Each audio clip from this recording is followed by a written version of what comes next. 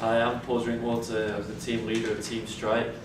We were putting together a survey and research project of how to increase the student fan base of the Austin Aztecs, a local semi-professional soccer team. We have Ghassan Taleb. He was in charge of the executive summary and he's going to go through the conclusion. Matt McClintock, he's in charge of primary data collection and also looks at the data analysis.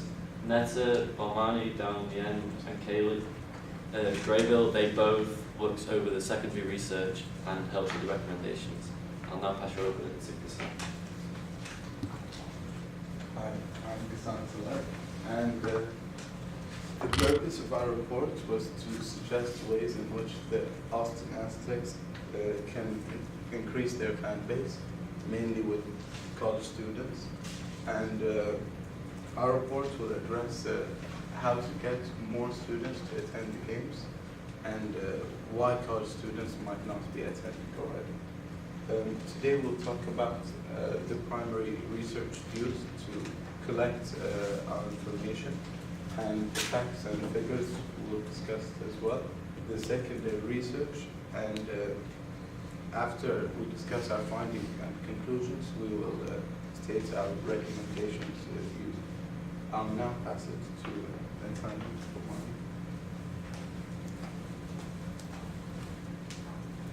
Okay, as Paul stated earlier, I'm Netta, and I'll be talking a little bit about our primary research. So when looking at our data, we decided to use surveys as a primary research method, and this was to accurately represent the population of Austin, Texas. And we determined that we were going to target college-age students of the 18 to 24 age range. And through this collection, we received enough data to analyze and assure a confidence level of 93%. And so of those 700 surveys that we distributed amongst the 5 of us, we received 205 in return and analyzed those. And now I'm going to pass it off to Kaylee to discuss a little bit more about the secondary research.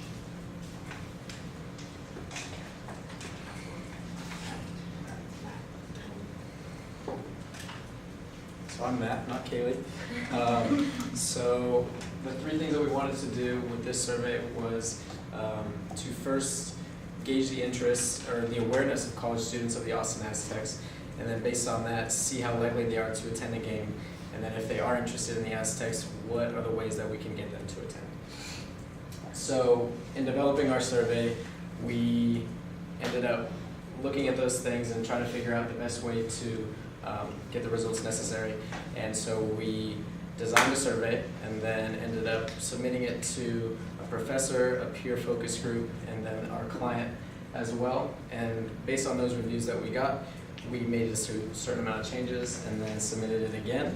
And then based on the feedback that we got on those, we submitted it and sent it out for a final reply. So our data collection, we sent it out to just people that we had classes with. So that included the School of Business, Communication, Digital Media Management, and the School of Natural Sciences.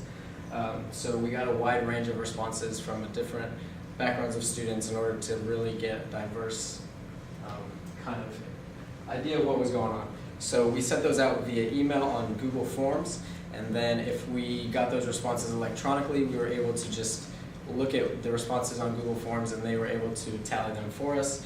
And then the responses that we got by hand, we had to input those ourselves. And then we also sent out forms on Facebook and Twitter in order to get responses that way.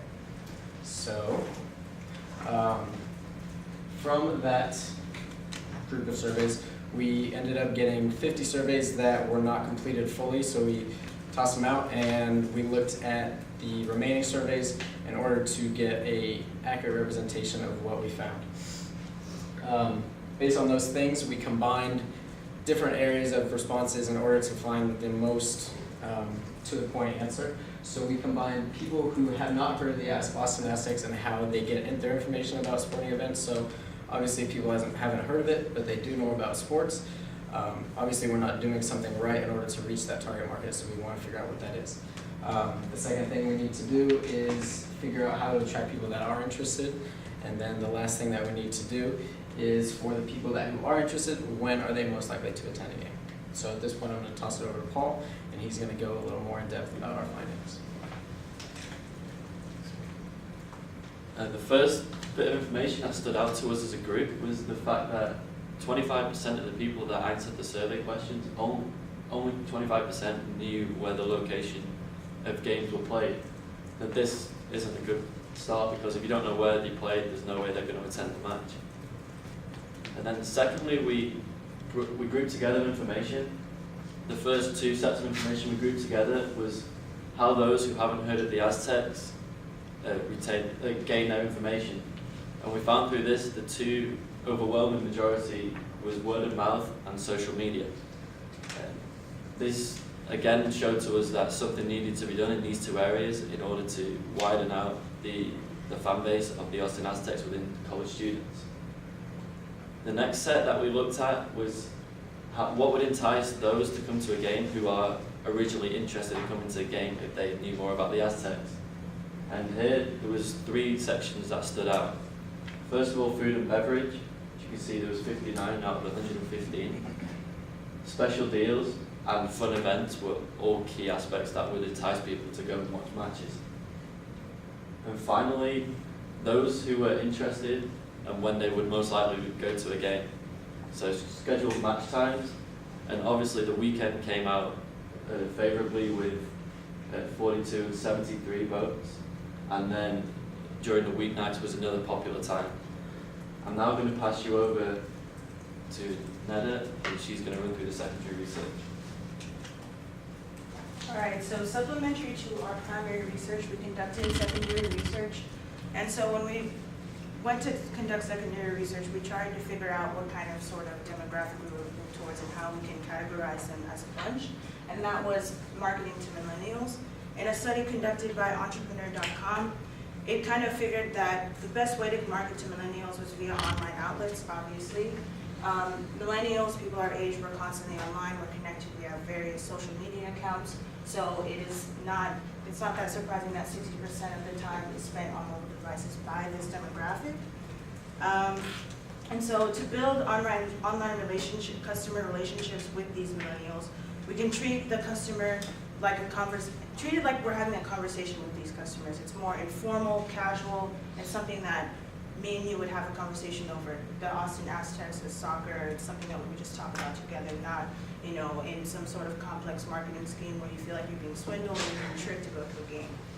And so this introduces the concept of user-generated content, which is basically just material on websites that are produced by account holders. So on Twitter, you would produce all the tweets. Twitter itself isn't actually tweeting anything or making anything besides its account, but the majority of the content on Twitter is from users and people like-minded. And similar other other social media websites are Tumblr, Facebook, Instagram, and YouTube.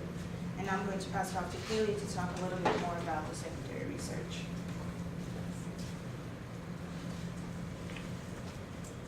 Okay, so I'm Kaylee, and I'm also going to be covering the secondary research. As Neda said, this social media can be used to market to the Aztecs fans. They can utilize the social media tools that are Twitter, Instagram, and Facebook. Twitter is an online microblogging and it's a website that's almost like a text message where users can share their thoughts, and it's very casual.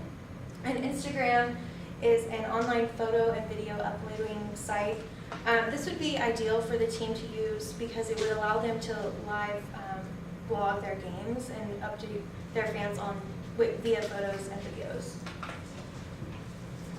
So in 2014, in January, Ipsos Media, CrowdTap, and the Social Media Marketing Group conducted a survey to see how millennials interacted with user-generated content like the sites previously mentioned.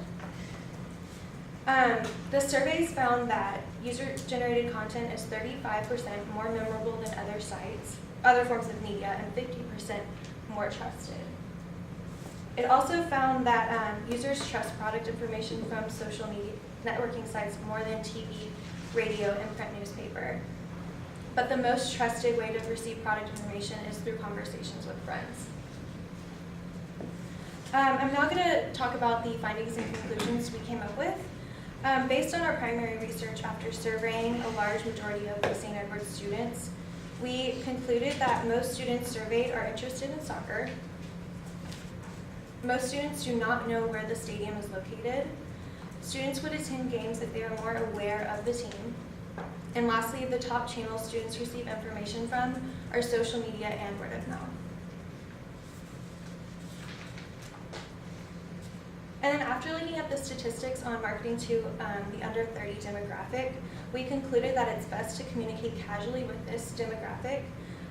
Social media is trusted for product information, but the most trusted is through word of mouth. And now I'll pass it off to Matt for the recommendations.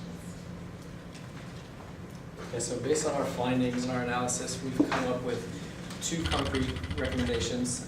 Like Neda and Kaylee said, the best way to reach this target market is to have a casual conversation and get them to promote the excitement within each other. So word of mouth is our first recommendation, and through word of mouth we have 3 concrete things. Through posters and advertising, through hosting a tournament, and through promotional events. So through posters and advertising, we recommend putting posters up around the Austin area that are most populated and have the most traffic.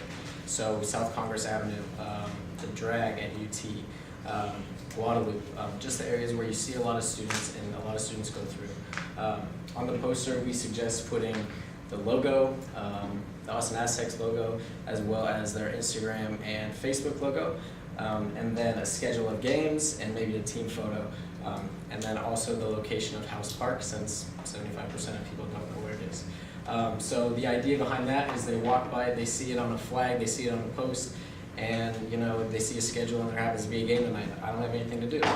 Let's go check it out. So that is going to help people get to your games, and that's going to start talking about the Aztecs. Through hosting a tournament, we suggest that the Aztecs invite the top college or the top high school teams, or both, in the Texas area, and have them come to Austin and host a tournament in Austin. That way there's a huge presence of soccer and the Austin Aztecs in the area all at one time. And then finally host like the final match or something at House Park or at a nearby professional stadium. And that way you have a larger soccer presence. And then also we want to have posters for that. We suggest that in order to allow people to see it, but for that poster, we suggest that you have the list of teams, high school teams, and all the college teams, so that way somebody walks by and they see, oh, I have a friend that plays at St. Mary's University and they're going to be in Austin this weekend. I'm going to go to the game to support my friend. Or that's my alma mater, that's my old high school. I should go and I should support my team. That way you have a support for your team and you have a support for the Aztecs, and you generate an interest in the team. Promotional events. We suggest that you partner with restaurants in the area. So, give restaurants a stack of tickets, and for people that come by, let them grab a ticket and come to the game. And then in return, let them serve food at the Aztecs games. It might be a little dent in the pocket to give away free tickets, but it's the quickest way to get somebody to come to a game. If they have a ticket in their hand, they're 10 times more likely to come than if they have to go to the game and buy a ticket. So that is a great way that you're going to get people to come to the games. Social media is 3 easy things. For Facebook, tag your players and tag opposing players in your pictures. If you do that, then all the pictures that they're tagged in appear on the news feeds of all of their friends, and through that, you get people to come to the Aztec site, and you get people to generate an interest and talk about the Austin Aztecs.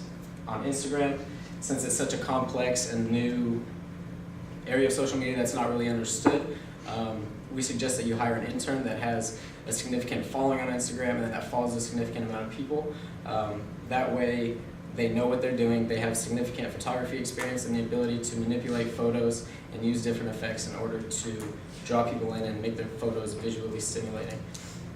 And then, with Twitter, we suggest that you reply to the tweets that you're getting, retweet, so that, like Neda and Kaylee said, it's literally a conversation that you're having with the supporters. And that way you have people that want to follow, and they realize that they are a part of an organization, and they have a reason to come to your games, and they're more motivated. So at this point, I'm going to pass it back to Paul, or pass it to Ghassan, and he's going to do a final conclusion for you. And for our final conclusion, our primary research method consisted mainly of surveys, and the surveys were made to gain a better understanding of the college students. And what their interests are, and how to increase their attendance at the Austin Aztecs games. And our secondary research was based around the Houston Dutch Lions, the San Antonio Scorpions, and the San Jose Earthquakes, and how they compare to the Austin Aztecs in a lot of the aspects. After analyzing the surveys, we came to the conclusion that word of mouth and social media were the most preferred channels to reach the college students. And I'll now pass it to Paul. I'd like to thank everyone for listening, and if you have any questions, I'd be happy to take them. Thank you.